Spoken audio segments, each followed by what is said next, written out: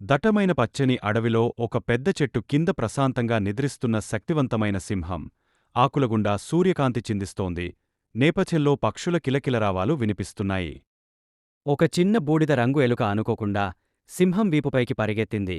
సింహాన్ని అకస్మాత్తుగా మేల్కొలిపింది. సింహం కళ్ళు కోపంతో తెరుచుకున్నాయి.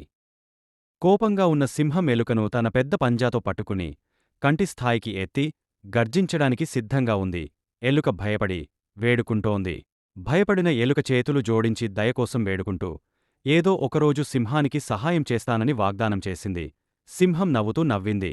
సింహం మెల్లగా ఎలుకను విడిచిపెట్టి చిరునవ్వుతో వెనుదిరిగింది. అడవిలో పెద్ద వల ఉచ్చును అమర్చిన వేటగాళ్లు సింహాన్ని పట్టుకోవడానికి దానిని ఎరవేస్తున్నారు. చెట్ల వెనుక ఈటెలతో ఉన్న మనుషుల నీడలు.